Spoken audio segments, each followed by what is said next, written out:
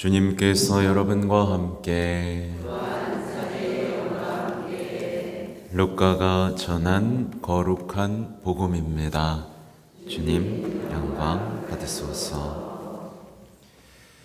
그때 예수님께서는 레위라는 세리가 세관에 앉아있는 것을 보시고 말씀하셨다. 나를 따라라. 그러자 레위는 모든 것을 버려둔 채 일어나 그분을 따랐다. 레위가 자기 집에서 예수님께 큰 잔치를 베풀었는데 세리들과 다른 사람들이 큰 무리를 지어 함께 식탁에 앉았다. 그래서 바리새인들과 그들의 율법 학자들이 그분의 제자들에게 투덜거렸다. 당신들은 어째서 세리와 죄인들과 함께 먹고 마시는 것이요? 예수님께서 그들에게 대답하셨다. 건강한 이들에게는 의사가 필요하지 않으나 병든 이들에게는 필요하다. 나는 의인이 아니라 죄인을 불러 회개시키러 왔다. 주님의 말씀입니다.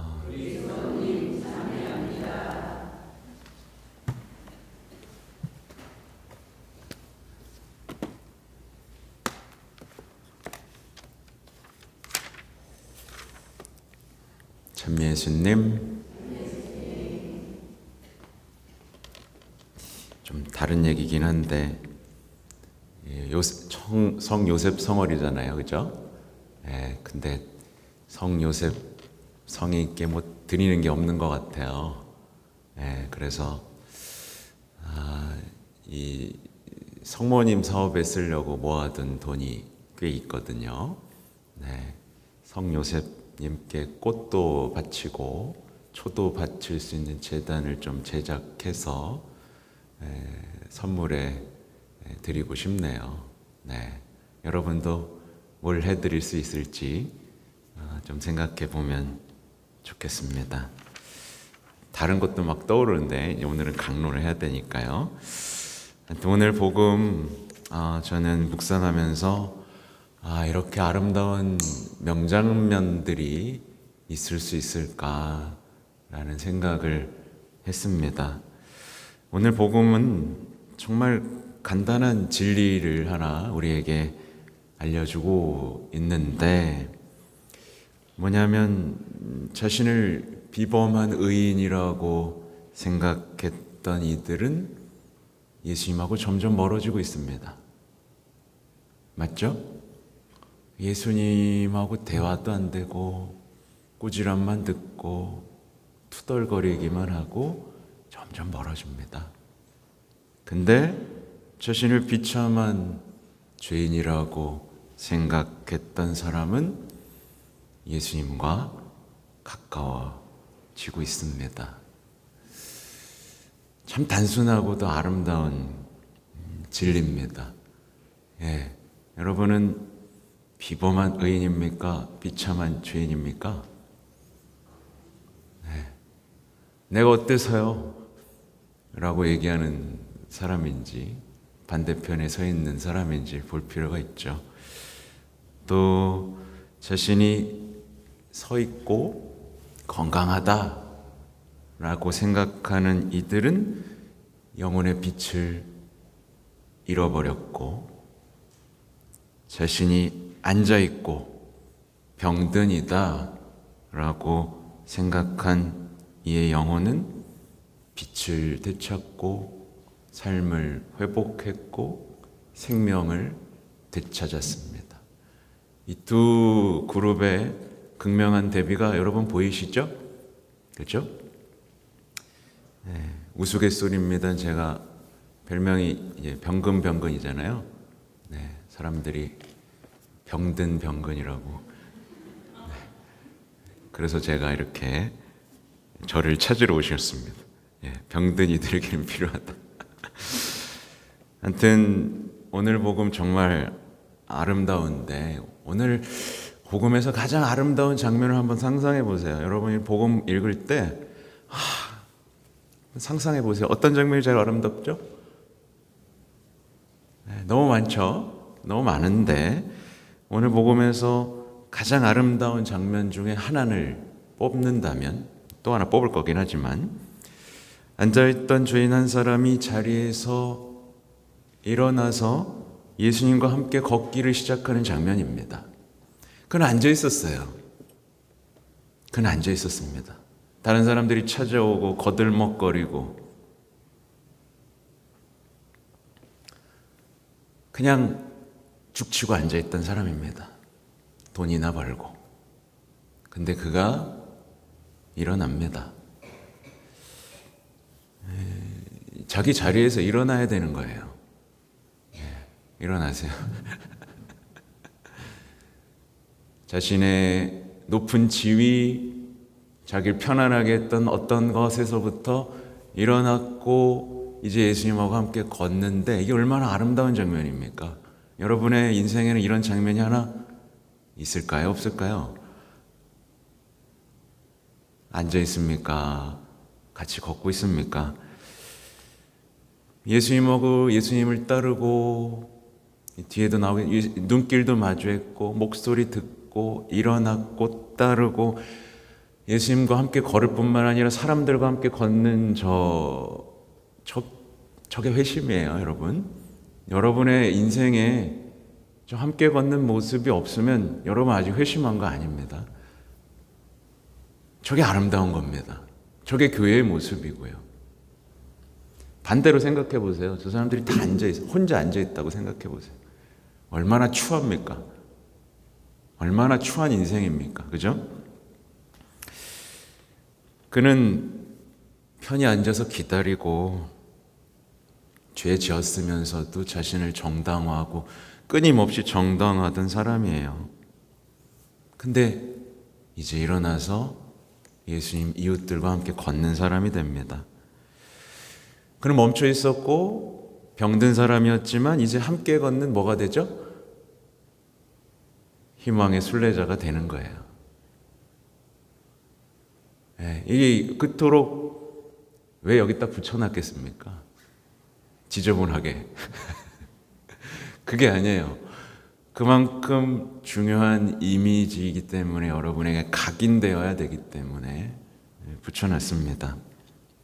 뭐 그러면 저렇게 걷는 사람들이 완벽한가요? 아니요, 연약합니다. 연약하고 완전하지도 않고 실수투성이에요. 근데 함께 걷죠. 함께 걸어요. 적어도 함께 걷습니다. 그리고 그렇게 신앙을 증거합니다. 저렇게 걷는 동안 믿음이 시들고 희망이 꺼지고 아파질 수가 있을까요? 저렇게 걷는 동안?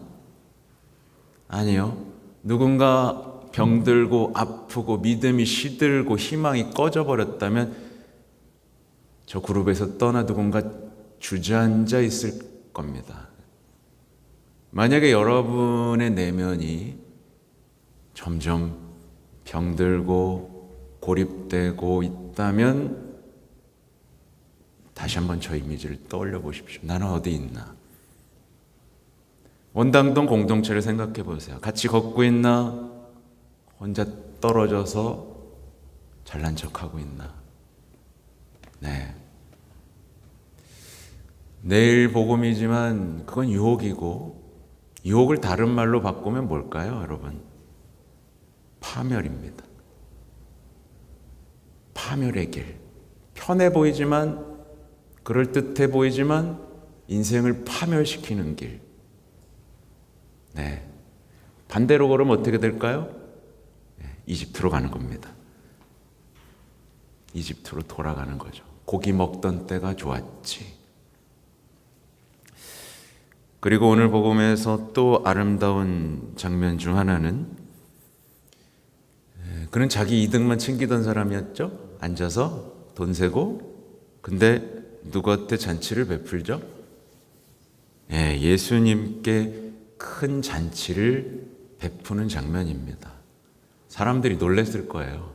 야, 제가 왜 저런 데다 돈을 쓰냐? 그러니까 자신만의 잔치를 꿈꿨던 사람이 예수님께 큰 잔치를 베풀고 있습니다. 그는 자기 것만 챙겼고 폐쇄적이었고 미지근했고 시들어버린 사람, 자기 안에 갇혀 있었고 자기 자신만 생각했고 자기 가족만 생각했고 그렇게 쪼그라든 사람이었습니다. 근데 이제 활짝 열린 거예요. 이게 열린 겁니다. 여러분, 예수님한테 베풀 수 있습니까? 네. 얼마나? 네. 남는 거? 네. 활짝 열고 이제 열정과 사랑과 희망과 복음에 대한 열망으로 타오르는 사람이 된 거죠. 얼마나 아름다운 장면입니까? 근데 여기서 핵심은 어디서 시작됐냐면 예수님이 그를 바라보시는 눈길에서부터 시작이 됐죠.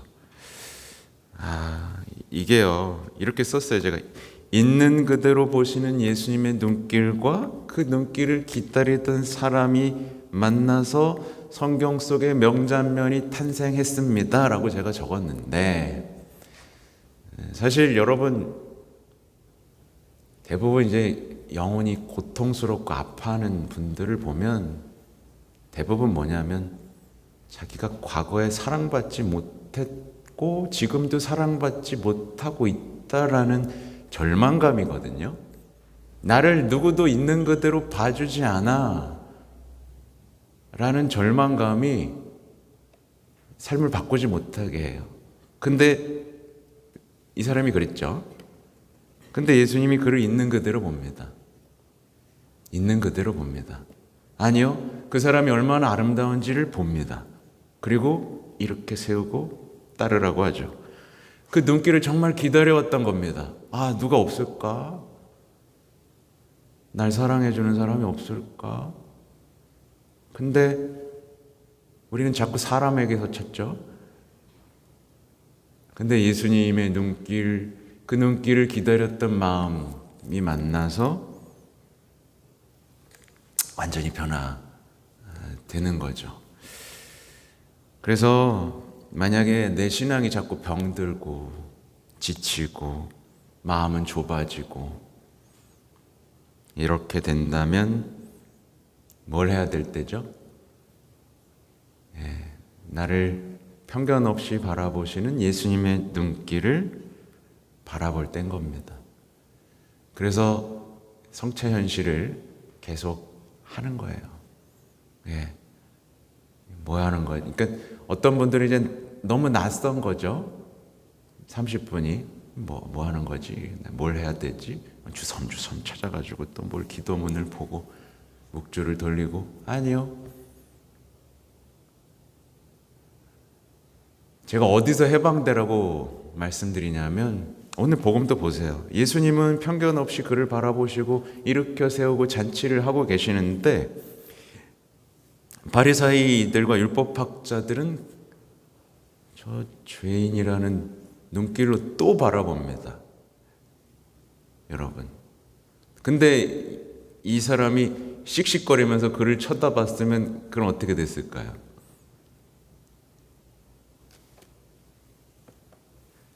해방되라는 얘기를 드리는 거예요, 여러분. 여러분을 나쁘게 보고 낮춰보고 깔보고 모욕하는 수많은 눈길들이 있을 겁니다. 앞으로 계속 그럴 거예요. 근데 거기로 눈을 돌리는 순간 어떻게 되겠어요? 씩씩거리면서 시들어버리는 사람이 되겠죠? 요즘 유혹이 너무 많죠? 그걸 보지 말고 예수님의 눈길을 바라보라. 그 시간을 더 늘려라. 누가 나한테 뭐라 그랬어?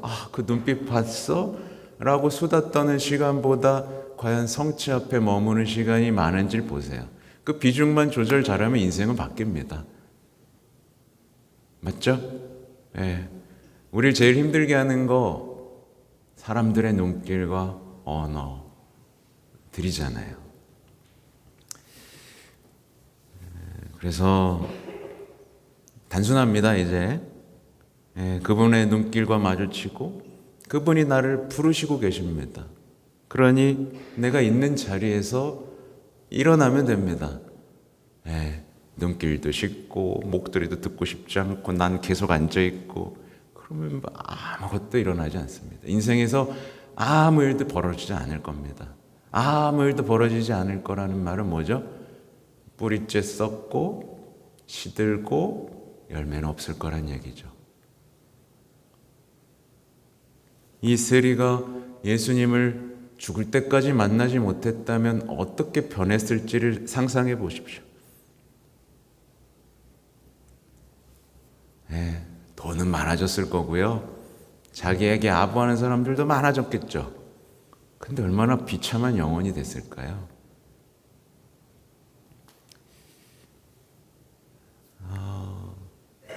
성모님을 떠올리지 않을 수가 없죠. 성모님의 눈길은 우리를 일으켜 세우고 성모님 엘리사벳을 찾아가셨던 것처럼 우리를 가슴 뛰게 이웃을 향해 달려가게 합니다. 곧 순례죠. 그래서 일어서고 첫걸음만 내디면 그 다음부터 쉽습니다. 근데 사람들이 이걸 못하더라고요. 그리고 뭔가 새롭기를 바래요. 난 지금 직장에 다니고 집에 있어가지고 여기서는 안 될 것 같아. 근데 오늘 복음의 놀라운 점이 뭐냐면 이 모든 일이 어디서 일어났죠? 직장에서 일어났죠. 그리고 집에서 일어났습니다. 어디 갔습니까? 안 갔어요. 직장에서 불렀고 집에서 잔치를 벌였습니다. 근데 이놈의 집구석, 이놈의 직장 다 때려쳐야 내가 뭐를 하든지 말든지 인생이 바뀌든지 말든지 할 것 같다. 아니에요. 직장에서 일어났고 집에서 일어났습니다. 예수님은 끊임없이 우리를 지나가시죠. 바라보시고 부르시고 일으켜 세우시는데 우리가 다 지나치게 하는 겁니다. 가시는구나. 네. 인생의 기회는 자주 오지 않습니다. 놔두세요. 예수님은 그때가 무서워. 예수님이 제일 무서운 게 뭔지 아세요? 놔둔다는 겁니다. 부르시지만 응답 안 하면 놔둔다는 겁니다. 심지어 유다에게 친구야, 내가 할 일을 하여라. 놔둡니다. 그게 무서운 거예요. 그러니 우리는 예수님을 지나치지 말아야겠죠. 아무튼 이 이야기들은 교황님의 묵상에 기반을 둡니다. 그리스도인의 삶이 이런 선교라는 지평을 보지 못하면 병든다는 거예요. 왜 이렇게 이상하죠, 여러분? 여러분 못 느껴요? 성당에 갔더니 왜 이렇게 병든 사람이 많아요? 왜 병들었을까요? 같이 걷고 있지 않기 때문이에요. 같이 이웃을 향해 걷고 있지 않기 때문입니다. 우리는 주님을 선포하는 사람들입니다. 그분을 어떻게 증거할지가 우리의 삶을 좌우하는 중요한 열쇠입니다. 여기엔 다 사랑 이야기가 포함되어 있죠. 부디 여러분 오늘의 이야기, 이 아름다운 장면이 여러분의 인생에도 새겨져 있기를 기도하겠습니다. 아멘.